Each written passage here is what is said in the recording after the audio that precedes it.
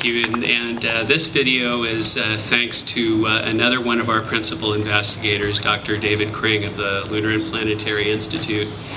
And what it reminds me is, despite all the wonderful science, and there is incredible science that is going on with the moon now, it's truly a lunar renaissance. The moon is still a profoundly beautiful place, and it's the only object other than the Earth that you can look up and actually see a disk and actually see things on it with your naked eye. So how incredible is that? I'm privileged now to introduce our principal investigator, my friend, and professor at the University of Colorado, Dr. Jack Burns. Jack?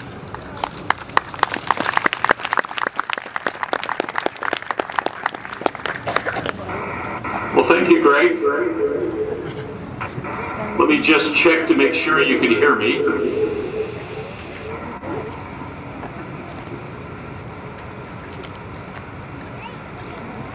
Yeah, Jack, we can hear you. Very good. Okay, Ricky, I am not seeing any slides on my monitor. Very good.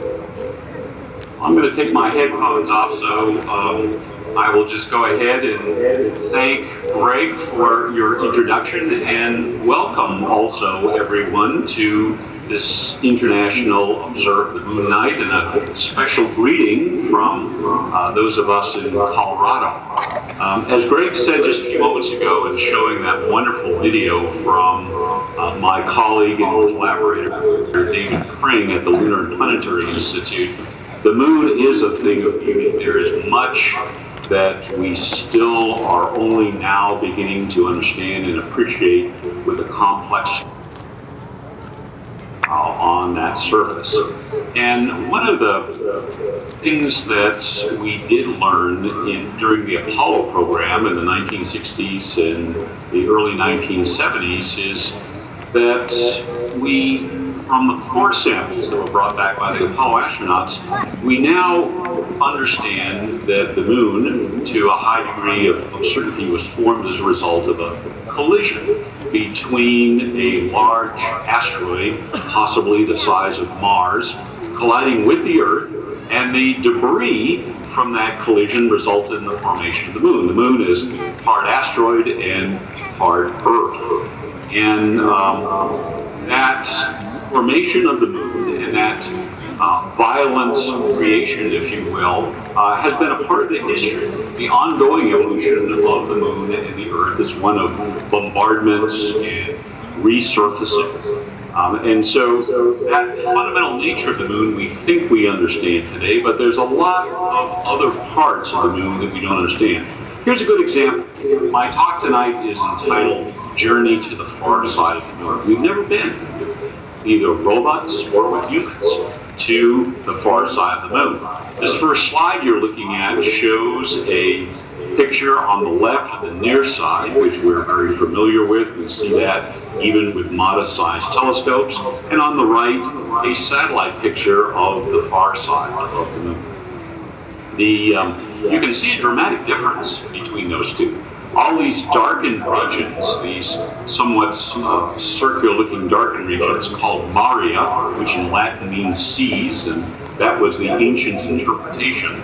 Today we know that's the result of impacts on the moon, and then those basins were filled with lava. But notice all of these Maria on the near side, nearly a third of the surface is covered by this Maria. Whereas on the far side, it's mostly highland and only 1% Maria. Why is that? That's pretty fundamental. That's a pretty basic question. A pretty dramatic difference between those two sides of the moon. Just one of a number of mysteries that one needs to explore. It's surely linked to that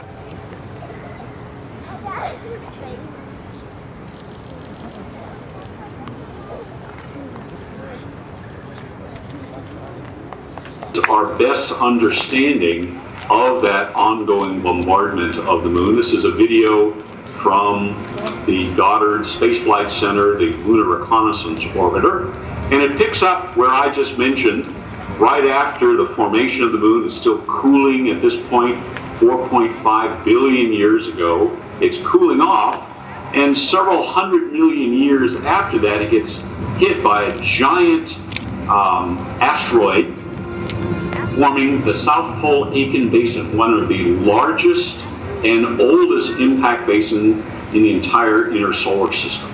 And we're going to come back to that basin a little bit later. A couple hundred million years later, it's followed by additional cratering. This was called the late heavy bombardment, some 4.1 to 3.8 billion years ago. A lot of those impact basins, those maria, were formed during those times.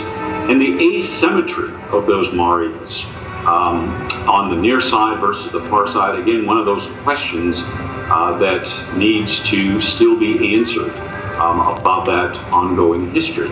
What's interesting is while this bombardment is going on the moon, which is still recorded very well on its surface, this was happening to the Earth at the same time. As all of these meteors were raining down on the moon, life was also beginning on the Earth at the same time, about 4 billion years ago. Could it have been that some of the biogenic material that formed the single-cell life actually came from these asteroids? If so, understanding that impact history, particularly going back to the earliest with the South Pole Aitken Basin, might be critical to an understanding how life arose on this planet, or at least the effects that this ongoing bombardment had in stirring the pot, the stew from which life was formed on our planet. And here we have now, today, more or less, over the last billion years, the moon that we see when we look up at the object this evening. All right, Ricky, if you could advance to the next slide.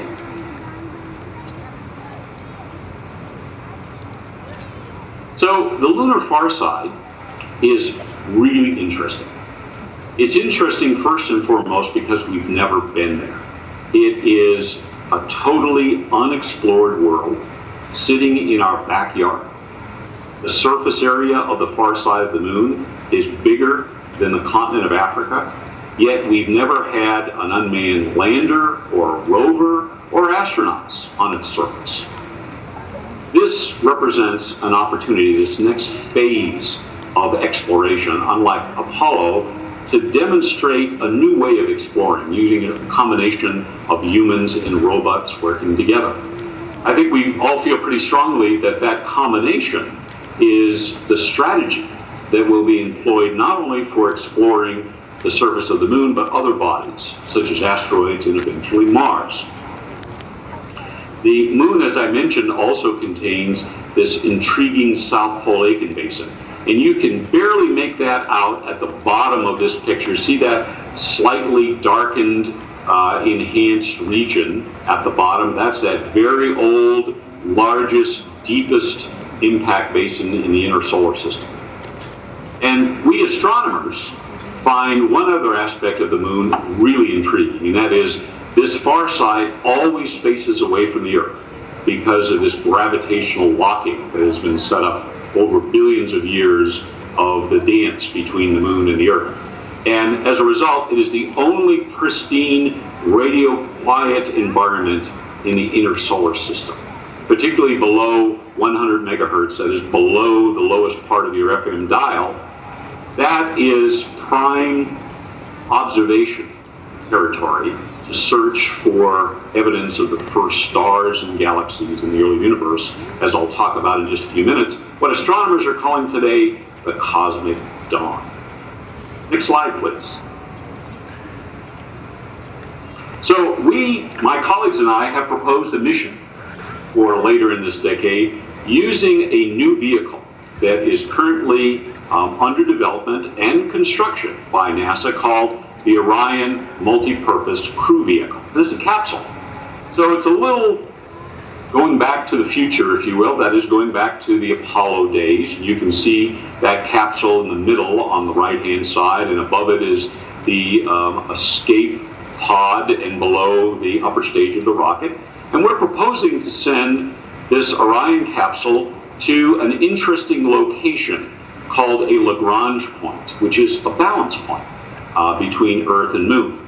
And you see on this figure to the left, L2 is marked. It sits above the far side of the Moon, about 65,000 kilometers.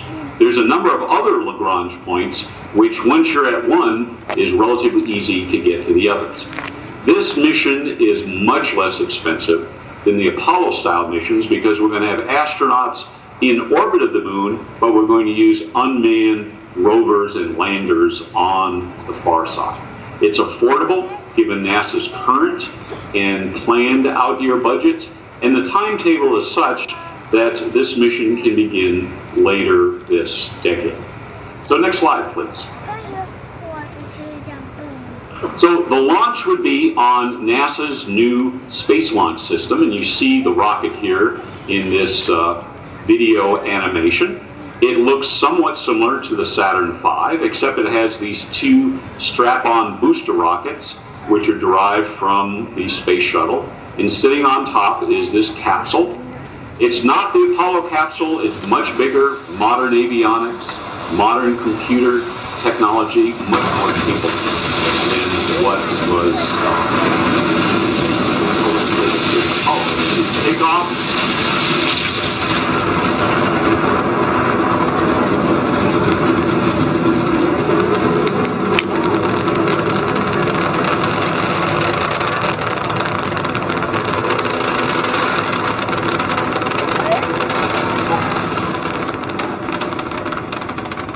And heading into space. And from that point, Ricky, if we can go to the next slide, we can pick it up with a video from my colleagues at Lockheed Martin, who are building the Orion here in Denver. Orion then leaves the Earth, heads towards the Moon, does what's called a gravitational slingshot around the Moon, heading to that Lagrange point that sits or hovers above the lunar far side. And potentially the Orion will dock with a space station-like module that you see here. And this gives the crew more space, more living space, so that they can stay at this L2 point for maybe a month or two and begin to work with and control an unmanned rover on the far side. They will do what we call teleoperation, that is, remotely control these rovers on the surface using a joystick, because the time delay is only 0.4 of a second. Here you see an animation of this. The astronauts probably not be dressed quite so nicely in the spaceship. Heading back after the mission, another gravitational slingshot around the Moon, and then back to Earth, and a splashdown into the ocean, the Pacific Ocean, much like Apollo, to end the mission after 1 to 2 months.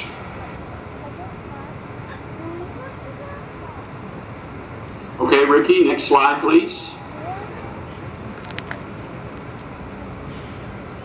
And just before the launch of the astronauts, we plan to launch an unmanned lander, which you see over to the left. And with it will be a rover, which, as I mentioned, will be teleoperated by the astronauts aboard the Orion spacecraft, and begin this process of combined human and robot interaction and exploration. Next slide, please. Where do we go?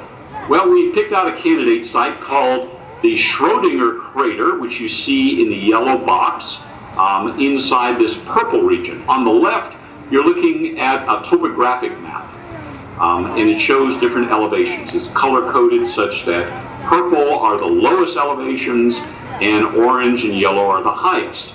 So this purple region is actually that South Pole Aitken Basin that I mentioned to you before, this ancient basin carved out 4.3 billion years ago. Lunar geologists are very anxious to get down there, collect some samples, bring them back to Earth to study some of the oldest material left over from the formation of the Earth and the Moon. And this Schrödinger crater is on the edge of this region, and it has very attractive geological properties, but also is in a region that is shielded from radio frequency interference, allowing us to do also our radio astronomy explorations of the very early universe. So along that line, in the next slide, we show you a little bit of the technology that we have developed. We've developed some neat new technology, a new kind of antenna, using a material called KAPTON, which is kind of a thin plastic material that we deposit a metal surface so it can serve as a new kind of antenna that's very lightweight and relatively easy to deploy. You see on the left-hand side a cartoon picture of the rover on the moon deploying it. In the middle, you see actual tests that we've done recently, just a few months ago, in New Mexico on a dry desert of one of these dipole antennas. And we have a receiver attached to that and have made some actual observations on the sky. And then on the right-hand side, you see some deployment strategies that we've been putting into play using our lunar simulation facility. It's a vacuum chamber that we developed at the University of Colorado. And my students and I built this little rover that you see in there, which is teleoperated from outside. And we have a little rollout deployer that you see here now, and it rolls out our polyimide film. What's nice about putting it inside the vacuum chamber is we simulate the real conditions on the moon. We are simulating the temperature variations, which are extreme, about 350 degrees from day to night, and also the bombardment of ultraviolet radiation. Turns out that KAPTON holds up rather well in those conditions, so it looks like a good material to experiment with on the moon. Next slide, please. So what are we going to do? What we're going to do is do the first observation of the first billion years of the universe.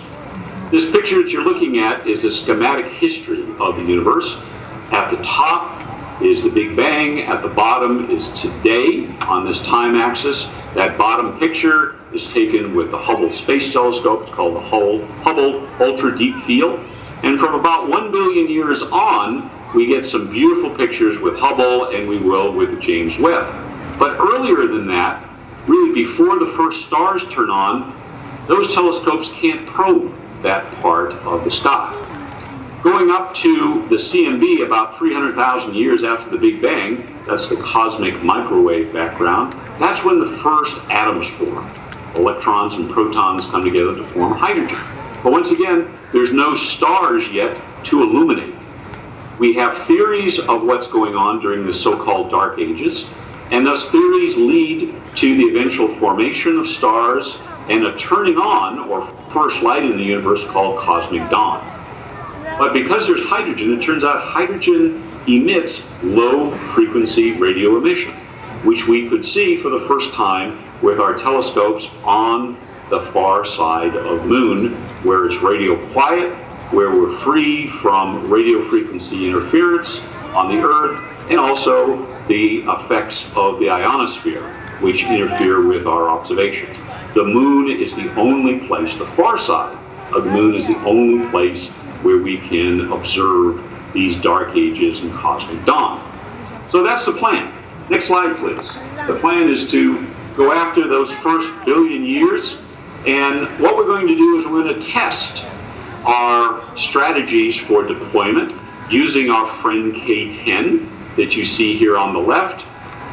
Terry Fong, my collaborator, and Maria Bulat at NASA Ames, and Joe Lazio from JPL, and my student Laura Kruger have been working on this deployment mechanism that you see over here. That's KAPTON film being deployed.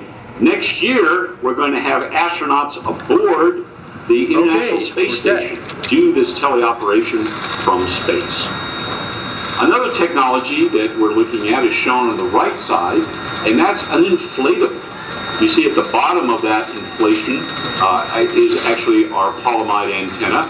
The nice thing about the inflationary antenna here is that it's self-deploying and works rather well in getting over obstacles like these volcanic rocks that you're seeing here.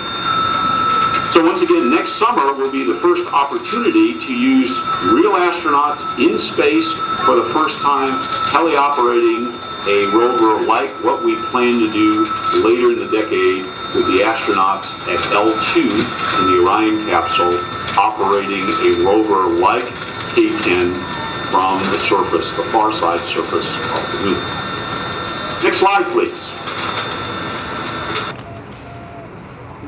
So, in conclusion then, why explore the lunar far side? I've mentioned already, it is an unexplored world. It's easy to get to. It's only a few days away. There's a lot there to explore. The South Pole Lake and Basin, helping us to develop this human robotic exploration strategies that will be needed for exploring many other surfaces in the solar system, and being pristine and radio quiet. We're going to deploy our polyimide film antennas to do the first observations of the universe's cosmic dawn.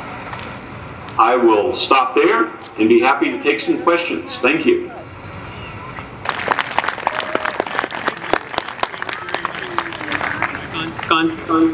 Here we go. Thanks so much. We can perhaps take one or two questions if there are any, and I'll relay them to Jack. Not seeing anything. Okay, Jack, I think that you answered all possible questions with your excellent presentation, so thank you very much. And one of the things that really strikes me here, how many people saw Endeavour fly over yesterday? Yeah? Wasn't that awesome? So that symbolized the end of one era. I was particularly, it was a bittersweet memory for me. I was personally a payload manager on one of the first missions of Endeavour, which landed 20 years ago this past Thursday. But I think that what Jack has shown us here is that we have an incredibly exciting future as well, exploring a new part of the moon that we have never seen before, we've never been before, and in so doing, doing perhaps the most important science that our institute could possibly do. And I regularly joke with Jack about wanting to accompany him to Stockholm for when he collects his Nobel Prize for this. So anyway, Jack, thank you so much for a great talk. Really appreciate it.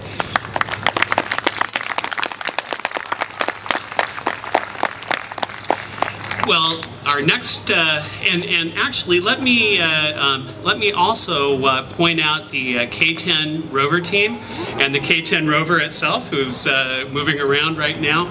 But if you guys could just kind of give a wave, these are the folks that Jack has been working with, and you can see some of the KAPTON, as a matter of fact, right now, that it's attempting to deploy. There we go.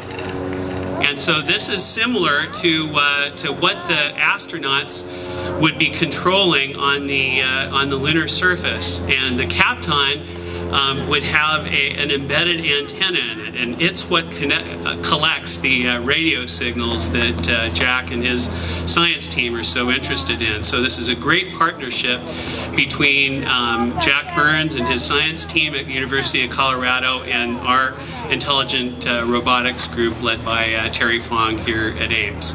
So thanks again.